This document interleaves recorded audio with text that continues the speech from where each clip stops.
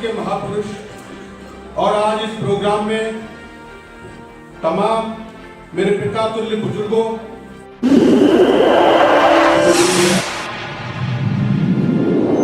इस news channel पर जो भी वक्ता ने कहा वो उसकी अपनी राय है, जिसकी पुष्टि नेशन न्यूज इंडिया नहीं करता। धन्यवाद।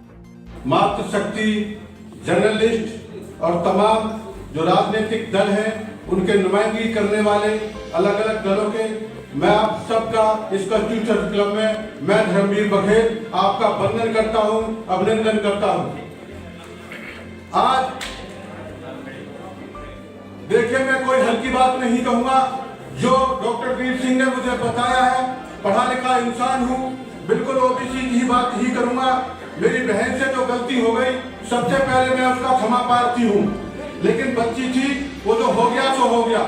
मैं कोई हल्की बात नहीं करूंगा, न किसी समाज को मेरा कोई वक्तव्य ऐसा होगा जिससे किसी समाज को आहत होगी। लेकिन अपनी बात अगर ओबीसी की समाज की नहीं कहने पा पाया तो ये मेरे लिए भी कहीं न कहीं दर्द की परेशानी जरूर होगी। हम सब लोग इस चीज को जानते हैं कि ओबीसी एक महासागर है, महासागर। अगर किसी की सरकार किसी राज्य में बनती है, केंद्र में बनती है, तो बिना वो ओबीसी के नहीं बनती है। क्या आप इस चीज से सहमत हैं या नहीं सहमत हैं? हम सब लोग इस चीज को जानते हैं कि 68% पॉपुलेशन होने के बाद भी हम सब लोगों की इतनी नुमाइंदगी नहीं हो पाई है। मेरी एक बहन ने भी बोला कि इस तरह से होना चाहिए, लेकिन हर जगह ओबीसी की आजकल नुमाइंदगी हो रही है। हम सब इस चीज को भी जानते हैं, जब कॉन्स्टिट्यूशन ने हम सब लोगों को 27% का रिजर्वेशन दे रखा है, तो बहुत सारे प्रदेश जो हैं भारतवर्ष के ऐसे भी हैं जहां हमें 27% रिजर्वेशन अभी भी हमें कहीं लागू नहीं हो रहा है। अगर मैं आपके आज की जो सभा में बहुत से आते लोग मध्य प्रदेश से आए, उनसे भी बात करना चाहूंगा। उन्होंने बहुत बड़ा एक आंदोलन शुरू किया था कि 27% रिजर्वेशन मध्य प्रदेश में नहीं हो रहा है, तो सरकार मध्य प्रदेश की पर कहीं ना कहीं दबाव बनाए और मध्य प्रदेश में भी हमारे ओबीसी का 27% रिजर्वेशन जरूर दिलाए।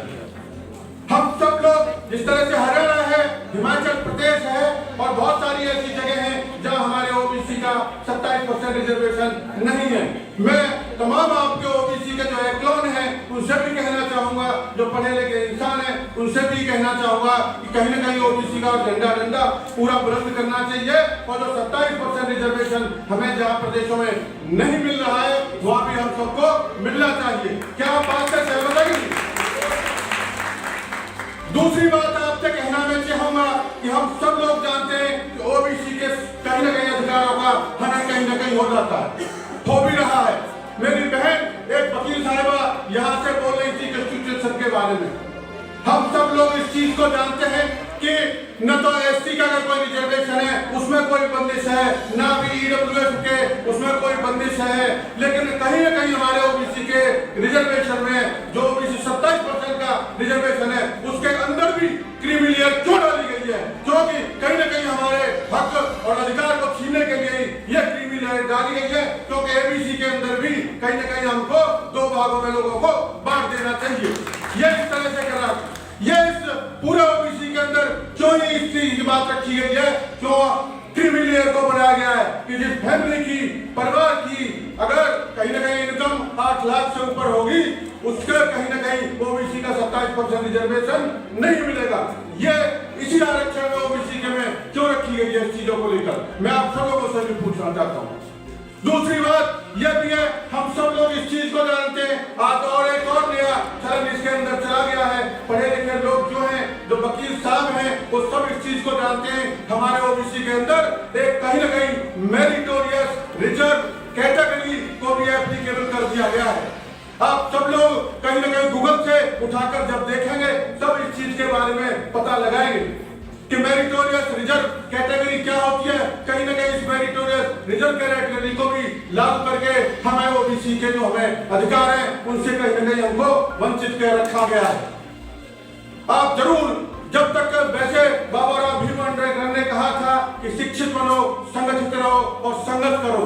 संघर्ष करने में भी हम कहीं नहीं चूकते, संगठित रहने में भी कहीं नहीं चूक रहे। हमें कहीं ना कहीं शिक्षा का भी अभाव है, क्योंकि जब तक हम जागृत नहीं होंगे तब तक हमें शिक्षा सही ढंग से नहीं लेनी पड़ेगी।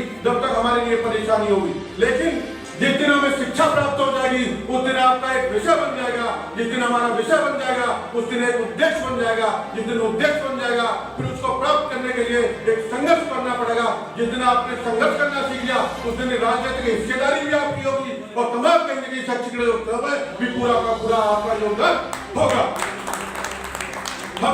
हम सब इस चीज को जानते हैं, ओबीसी अगर कह सकते हैं तो कहीं ना कहीं ओ से होता है ओबीडियंट। हम लोग आज्ञाकारी भी हैं, हम लोग कहीं ना कहीं सब चीज को मानते भी हैं। अगर बी से माना जाए तो हम कहते हैं ब्रेवरी।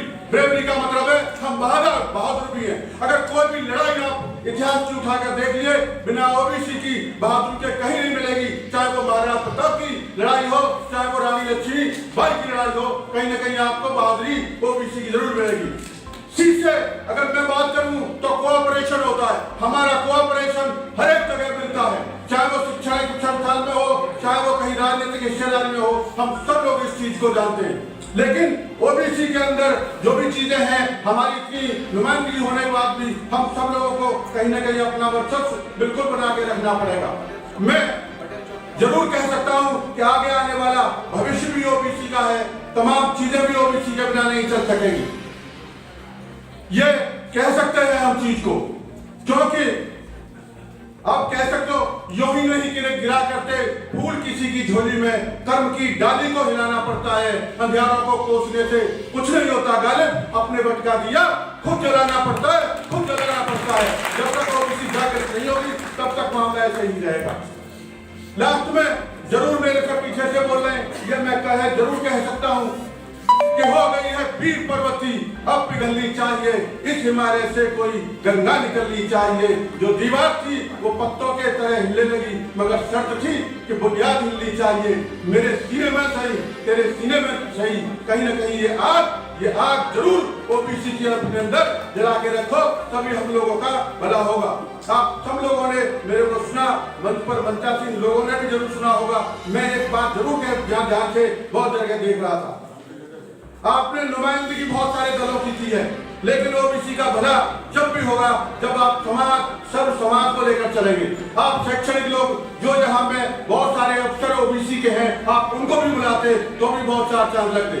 आप सब लोगों ने ओबीसी के नेताओं को बुला लिया है, नेताओं को बुलाना भी ठीक बात है, लेकिन ओबीसी के अगर नाते अगर कोई प्रोग्राम होता है तो जो हमारी यहाँ जो अफसर हैं उनकी भी नुमाइंदगी होनी चाहिए, जो हमारे यहाँ चपरासी ओबीसी का है उसकी भी नुमाइंदगी यहाँ होनी चाहिए। जो हम सब लोग जब तक बात नहीं सुनेगी, एक सामूहिक रूप से जब पूरा ओबीसी लेगा तभी हम लोगों को सफलता मिलेगी।